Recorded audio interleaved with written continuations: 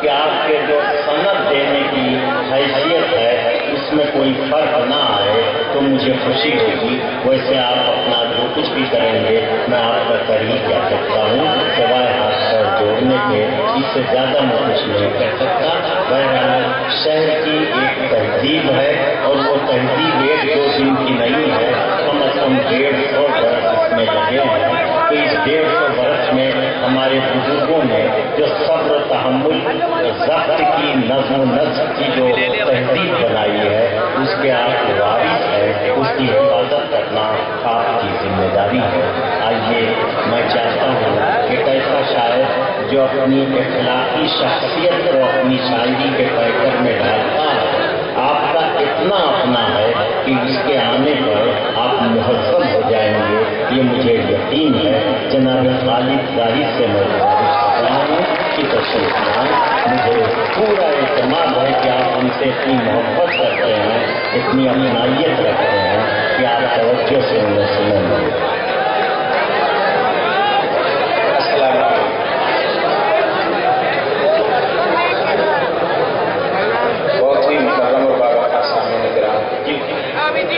ہمارے قاضی حضرت راہوری، حضرت لالپوری، میرے مربی اور مشرف ڈاکٹر نواز دیوبندی، تمام مجھے ایک غزل کے لیے حکم ہوا جو بہت عرصہ قبل میں نے اس کے 2-3 شعر یہاں پڑھے.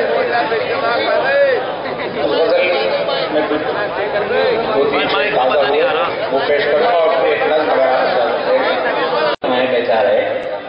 یہ بہت مہذب مجمع ہے، آپ وہ برائے کرم پریشان نہ ہو، یہ اپنا نظم بنا لیں گے. عرض کرتا ہوں ملاحظہ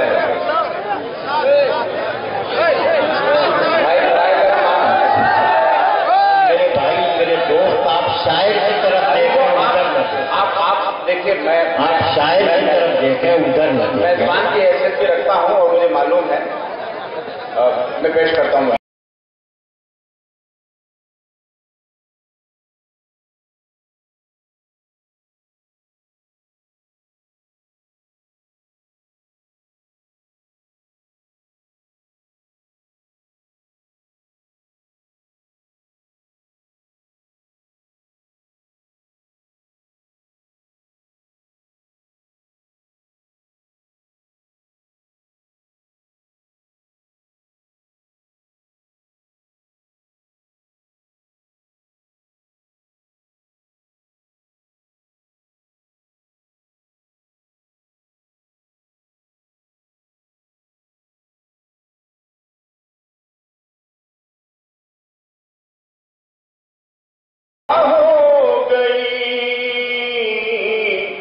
چمکے ساون برسنے لگا، آنکھ پاگل گھٹا ہو گئی.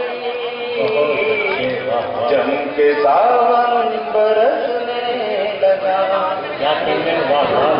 اس کا ثانی اور 2 شعر ملاحظہ کروا لیجیے. گل کھلائے سیاست نے وہ ظلم کی انتہا ہو گئی. گل کھلائے سیاست نے وہ ظلم کی انتہا ہو گئی. مجرموں کو وزارت ملی، منصفوں کو سزا ہو گئی. مجرموں کو وزارت ملی. اور جن 2 اشعار کے لیے میں نے زحمت دی پیش کرتا ہوں، ملاحظہ فرمائیے. اس کے بعد آپ کے حکم کی تعمیر میں ایک نظم پیش کروں گا، ملاحظہ کریں. اس کے رشتے ہوئے زخم پر، آپ کا مسئلہ نہیں ہے بلکہ پوری دنیا کا مسئلہ ہے.